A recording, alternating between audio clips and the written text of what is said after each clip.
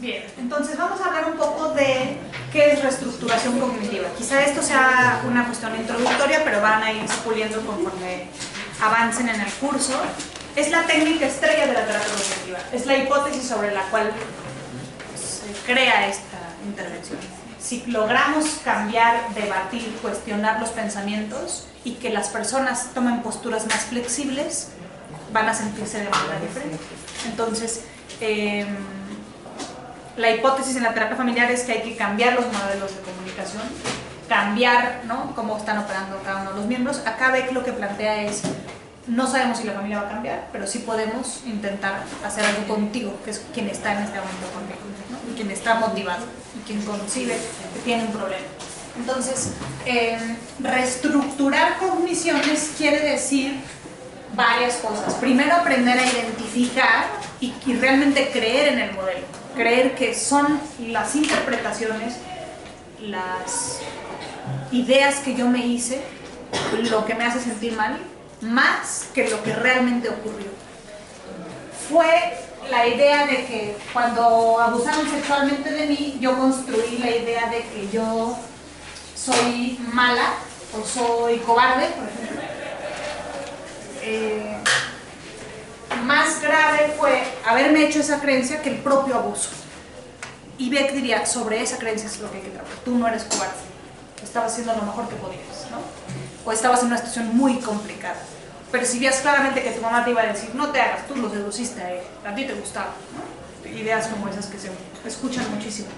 Entonces, Aaron Beck, a diferencia de Albert Ellis, que es más confrontador, utiliza algo que se llama debate socrático, que es mucho más sutil y que intenta usar algo que se llama descubrimiento guiado, que es solamente lanza preguntas y se esperaría que si nosotros grabamos una sesión de intervención con ustedes, ustedes hablen mucho menos que el terapeuta, que el usuario, porque si ustedes están hablando mucho, no están permitiendo que el usuario reflexione y llegue a las conclusiones y descubra. Ustedes le están dando la lección, ¿no? Sí es verdad que en muchas sesiones ustedes le explican qué es la depresión, le explican la técnica, le explican qué es la ansiedad, pero cuando están haciendo reestructuración cognitiva, idealmente ustedes lanzan preguntas que vienen ahí en el Drive y que pueden consultar en el libro de Aaron Beck del 85, que son las que a mí me parece que son más útiles cuando uno empieza.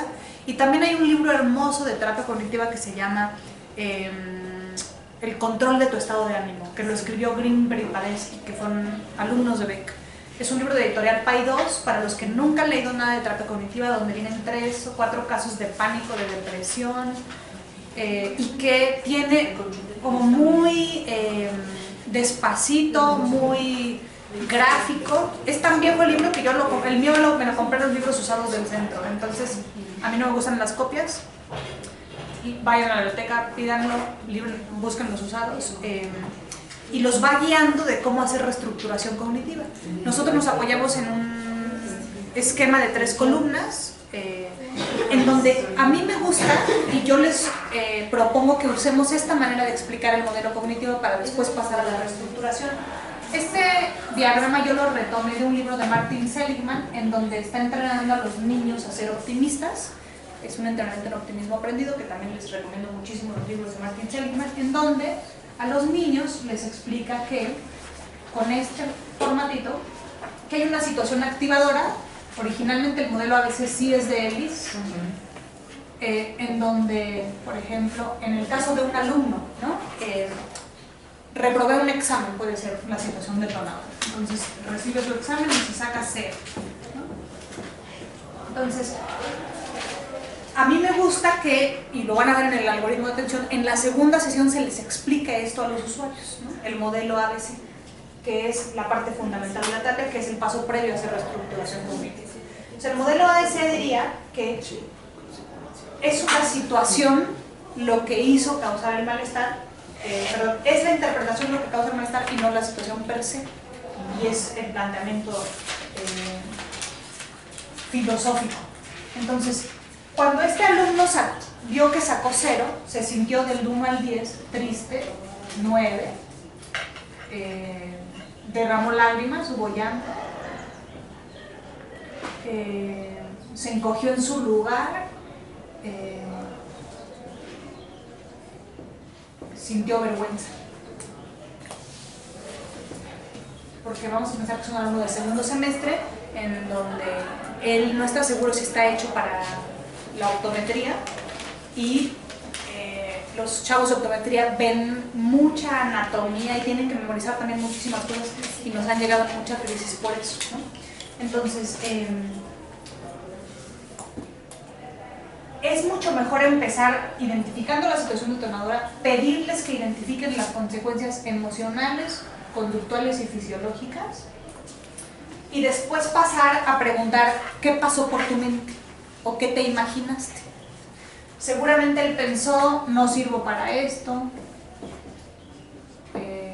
y podemos intentar identificar que las creencias o los pensamientos automáticos no solamente fueron negativos, la mayoría fueron negativos. No sirvo, no valgo, soy un... y pueden ya ir incluso creencias sobre él mismo, sobre el futuro, sobre los demás. Pero también en un momento pensó, bueno, este es el primer parcial. Pero predominó un pensamiento de estos. Después podrían preguntarle, oye, tú me estás diciendo que de 60 compañeros, 40 reprobaron. Y con 0, 12, como tú. Del 0 al 10, ¿qué tan triste se sintió un amigo que tú conozcas? Del 0 al 10 se sintió 7. Y un tercer amigo, una tercera persona de las 12 que haya reprobado del 1 al 10, ¿qué tan triste se sintió? Pues como 12 y no se sintió tan triste. Entonces, nosotros estamos intentando demostrar, sin echarles un rollo como el que hice hace rato de qué son las cosas, que él se vaya dando cuenta que una misma situación activó, claro que cada quien, las creencias están construidas con base a su crianza, con base a su vida o su herencia, pero en este momento, en el aquí y en el ahora, lo que detonó el 0 no en todos los casos fue un 9 de tristeza. Entonces no podríamos decir como científicos que todo 0 en un modelo de ecuaciones estructurales está asociado, ¿no?, en una correlación de Pearson al 1 con que si repruebas sientes 9 de tristeza.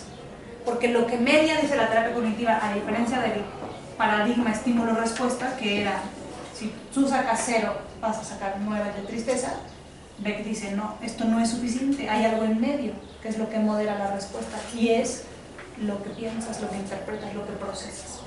Entonces, quizá él, como no se sintió tan triste, no se encogió, no se avergonzó. Él, de inmediato se puso a platicar otra cosa, salió a fumar un cigarro, siguió planeando la fiesta que tenía para el final del semestre. Y entonces hay que investigar qué es la diferencia. Una diferencia superficial que podríamos decirle al alumno, oye, ¿y qué crees que hizo que tu hermano no se pusiera tan triste?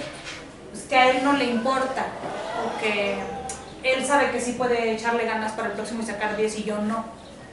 Entonces, lo que estamos tratando que nos dé el usuario es qué pensó diferente a ti, ¿no? Entonces, quizá es un alumno que es más optimista, ¿no?, y que piensa, esto es temporal, ¿no? Esto es específico, nada más en esto me fue mal, pero en todos los demás saqué 10, a la hora que sume el promedio sale bien, sí voy a pasar la materia o el examen, ¿no? Y quizá, pues sí, tiene muy claro de... el examen no representa mi valía, o puede ser tan optimista que diga el examen estaba mal construido, si 40 reprobamos no será que de 60 algo está fallando con el maestro o con el temario o con, ¿no?, y que todos nos juntemos y vamos a decirle, oye profesor, este es un indicador sí de que tenemos que estudiar, pero algo está pasando, ¿no? Porque un índice alto de reprobación no es solamente nuestra responsabilidad, ¿no? Y puede ser hasta más efectivo este estímulo, ¿no? Y no es que es un vago o un irresponsable, ¿no? Podría tener sus puntos. Entonces, intentar que el usuario vaya identificando que fueron los pensamientos los que moderaron, y que un pensamiento desesperanzador, generalizador, ¿no?, un pensamiento, por ejemplo, Seligman habla de permanente, ¿no?, en todo me va mal, a mí, personalizador, a mí me va mal en todo y siempre, ¿no? Entonces, permanente, general y interno es peor predictor que un optimista que dice, esto es pasajero, esto es específico, nada más me va mal en esta, y nada más me va mal en esta vez, y por culpa del otro, ¿no?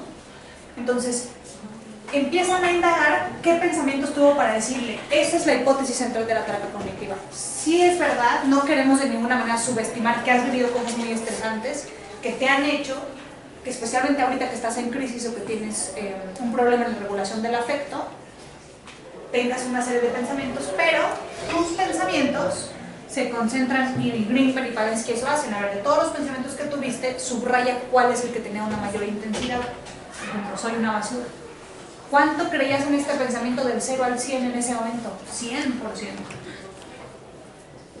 Ahora que ya pasó, ¿crees que ese pensamiento es verdad? Y tal vez diría, del 0 al 100, ¿cuánto crees? Porque vamos a pensar que sí, los alumnos se juntaron, hablaban con el profesor y el profesor decidió dejarle su trabajo o hacer un segundo examen. Entonces, en este momento, el usuario sí creyó que el 0 era evidencia suficiente para afirmar que él no servía para la optometría. Pero, en este momento, ya que pasaron las circunstancias, no piensa igual. El desenlace hizo que él pusiera a prueba ese pensamiento y tal vez dijera, bueno, tal vez no soy tan basura. Ahora que lo veo, la mayoría reprobó, yo me estaba ensimismando, empecé a asociar lo que pensaba con base a cómo me ha ido en la vida y cómo he estado sintiendo, especialmente en los últimos 6 meses, que bueno, puedo hacer el examen, voy a estudiar, me bajó, ¿no? Entonces, explicarles el modelo ABC es muy útil porque todas las siguientes sesiones están fundadas en esto, en que nuestro trabajo será sí darte habilidades para que probablemente, por ejemplo, no te concentras, te distraes mucho, pospones, no administras bien tu tiempo, sí, pero también hay un componente muy importante cognitivo que es el que no te permite, cuando te va mal, hacer una buena evaluación de tu propio desempeño. Entonces, lo que seguiría es la parte, les decía, medular de la terapia, que es la letra D, que es el debate. Entonces, ¿cómo se hace debate? ¿Cómo se reestructura un pensamiento? Entonces, Albert Ellis era muy confrontador, ¿no? Y muy efectivo. Hay personas a las que les funciona eso. Aaron Beck es mucho más sutil. El que usaba elegante era Ellis, pero también yo creo que Aaron Beck es elegante. Y yo les sugiero que usen la lista de preguntas que vienen ahí, en donde pueden, por ejemplo, seleccionar este pensamiento. Por ejemplo, soy un inútil. Vamos a debatir este pensamiento. Pues para obtener este es muy fácil, porque la A es dónde estabas, qué hora era, con quién estabas. La B es qué pasó por tu mente o qué te imaginaste. La pregunta clave para hacer reestructuración cognitiva casi siempre es ¿qué evidencia tienes para pensar que eso es verdad? Entonces, por ejemplo, oye, Juanito, ¿qué evidencia tienes para pensar que eres un inútil? Ahora, les digo, hay que ser muy cuidadosos cuando hacemos reestructuración cognitiva porque no queremos subestimar. Entonces, él tiene mucha evidencia. Puede ser que le haya ido muy mal en los exámenes anteriores, que lleve todas las materias reprobadas, que le costó mucho trabajo entrar a la universidad, que lo cambiaron 4 veces de escuela. Entonces, claro que tiene evidencia, ¿no? Sin embargo, también hay otra parte de evidencia que nos dice que ya llegó a la universidad y que está en segundo semestre. Y que si fuera un inútil, no hubiera llegado, ¿no? Porque en términos de discurso que él está empleando, hay gente inútil y útil. La inútil no llega y la útil sí llega. Y entonces ahí es donde está la confusión. Eres inútil, ya llegaste, no lo has hecho también, pero sí llegaste, entonces si eres inútil no eres inútil, ¿no? Entonces, eso es lo que queremos transmitir, ¿no? En el debate, solamente lanzando preguntas. Beck sugiere las siguientes. La clave, ¿qué evidencia tienes para pensar que eso es verdad? Entonces podrían anotar que llevo todas las materias reprobadas, que me han corrido de 5 escuelas, que hice el examen a la UNAM 3 o 4 veces, que de mi familia soy el que tiene una carrera más sencilla, pero va muy mal en sus materias, y anotar, ¿no? Todo eso. Otra pregunta que sugiere Beck es ¿cuál es la lógica? Esta pregunta es difícil porque un supuesto lógico, lo veíamos en el video pasado, tiene que ver con cosas que suceden siempre, ¿no? Si pasa esto, entonces lo otro. Entonces, justo es lo que les decía. ¿Cuál es la lógica de debatir? Todos los hombres son iguales. Anatómicamente, muy probablemente, ¿no? Por eso les decimos los hombres y las mujeres, ¿no? Las glándulas, ¿no? incluso el tamaño del cerebro, el volumen corporal, la estatura, la talla. En esos términos todos los hombres se parecen mucho, ¿no? O son iguales, ¿no? Todos tienen testículos, todos tienen pene, las mujeres, ¿no? Pero en los términos que tú me estás hablando de todos los hombres abandonan a las demás mujeres, si hacemos una encuesta, ¿no? Y ustedes tienen que traer ese discurso para que les sea fácil debatir, no es tan fácil preguntar sobre la lógica. La lógica es algo que ocurre siempre, entonces, si es hombre, entonces abandona, si es hombre, es infiel, si es mujer, es fácil, si es mujer, abusa de los hombres y los explota, los enamora y luego los mata. A eso se refiere la pregunta de cuál es la lógica y que ustedes tengan detrás. Sí, y acá sería, entonces, si fueras inútil, ¿habrías llegado a donde llegaste? Si fueras inútil, ¿habrías logrado entrar a la UNAM?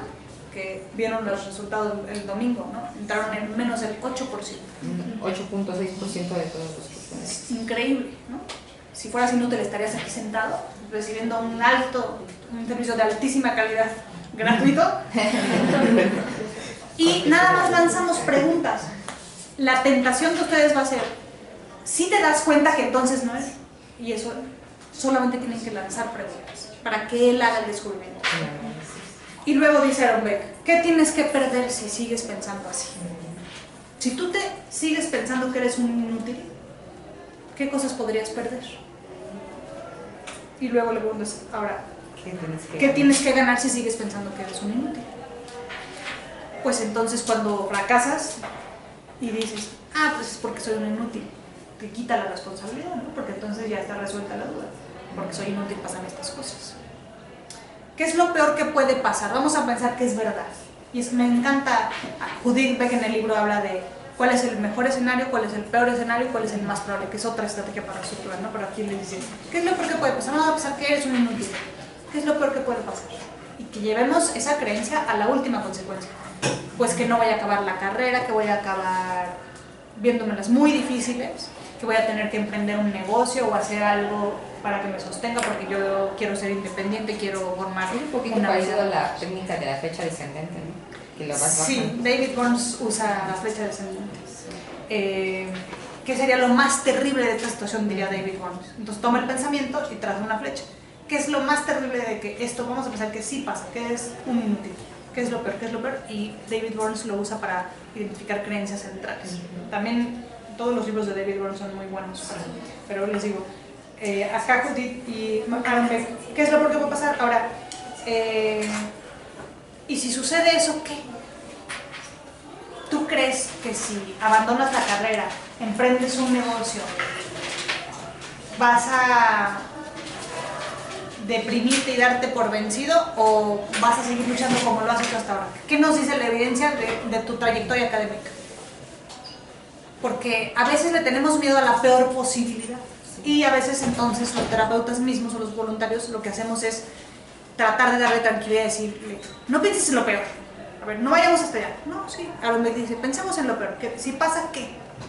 Saldrías adelante. Sería difícil, sería frustrante, tu familia sería dura contigo, pero con la evidencia que tenemos de cómo has persistido para llegar hasta aquí, ¿crees que entonces es donde Judith dice, mejor escenario posible que haga el profesor un segundo examen y saques 10, peor escenario posible que vuelvas a reprobar y entonces sí, el promedio no te dé y te sacan de la carrera, escenario más probable que saques 6, ¿no? Bueno, que todas estas preguntas las debe contestar el usuario, ¿no? Y después Aaron Beck sugiere, ¿qué puedes aprender de esta experiencia? Porque ese es el meollo. La terapia cognitiva trata de no fomentar dependencia, que sea un entrenamiento para que él diga, en el futuro a mí se me va a activar la creencia que soy inútil y yo tengo que, en primer lugar, identificar, a ver, ¿qué pensé? Ya se me activó la creencia de que soy inútil. Esta creencia no describe con objetividad quién soy y lo que he logrado y lo que voy a lograr. Es una creencia que se me creó con lo que pasé en mi infancia o con lo que me dijeron, ya la identifiqué, se activó, tengo que tener cuidado.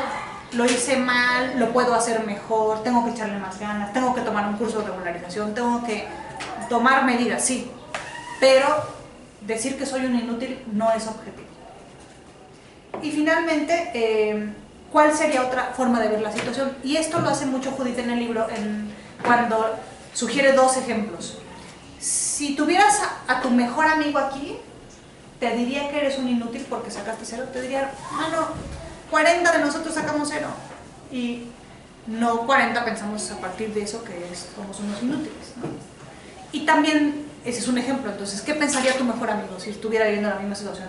¿Se pensaría que es inútil? ¿O qué pensarías tú si no estuvieras deprimido? Cuando tenías esos 8 años en donde me decías que eras muy feliz, ¿qué hubieras pensado si hubieras reprobado? Tal vez hubieras pensado más optimista, ¿no? Esto es pasajero, esto es específico y es que la maestra puso mal el examen, es externo, ¿no? Entonces, lo que ustedes hacen es que primero en el curso se entrenan a hacer un buen diálogo socrático, que es esto. Sócrates es como operaba. Tú traías una hipótesis, la hipótesis es no hay vida después de la muerte, y entonces Sócrates lo único que hacía es preguntas. ¿Cuál evidencia tienes para pensar que no hay? Y nada más debatía, y entonces el discípulo llegaba a la verdad a través de las preguntas. Eso es muy pretencioso, pero eso queremos lograr con terapia cognitiva. Que sean ellos y no que ustedes ya te diste cuenta que, o date cuenta, o mira, todo parece indicar, sino que... Y se esperaría que el efecto, después de que hagan todas estas preguntas y que de tarea le den esta hojita y cada vez que se ponga triste o preocupado, tenemos dos formatos, ABC1, que nada más al principio de las sesiones, quizá en la sesión por ejemplo 1 o 2, le dejan de tarea que nada más llene situaciones activadoras que pasó por su mente y consecuencias, y a partir de la sesión 4, que ya le enseñaron a hacer un poco de reestructuración, que él solito se pregunte esto, qué lógica tiene, qué es lo que puede pasar, lo mejor, y si pasa esto, qué, cuál es la evidencia, y se espera que el efecto sea diferente. Entonces, ¿cuánto creen que tenga después de que estuvimos 20 minutos debatiendo de tristeza? Tenía 9, ¿cuánto creen que pueda tener? 5, seamos objetivos, no vamos a hacerlo súper optimista porque tampoco es ser objetivo ser súper optimista, pero estar en 5 es más autorregulado, más sano, menos desproporcionado, y en también yo les trazaba, yo no nací para amar, nadie nació para mí en un extremo, y únete a los optimistas, ¿no? El estoico porque no debes de estar en 9 si sacaste 0, algo está pasando. ¿Sí me expliqué un poco? Entonces lo que van a hacer en las siguientes sesiones es, yo les sugiero que de tarea lo hagan con ustedes mismos, que empiecen a automonitorearse, empiecen a notar situaciones activadoras, creencias, consecuencias, que usen esta hoja para empezar a debatir sus propios pensamientos, porque suena fácil, lo expliqué en 10 minutos, pero es una habilidad que tarda uno muchos años, ¿no?, en aprender. Y que además lean, ¿no?, otros textos en donde el libro de Judith me gusta mucho porque en los diálogos puede uno ir leyendo como reestructura. En el libro de Trastornos de la Personalidad también hay transcripciones de diálogos, ¿no? Y también hay muchos videos en YouTube, diálogo socrático, terapia cognitiva, donde pueden ver un poquito más. ¿De acuerdo? Muchas gracias.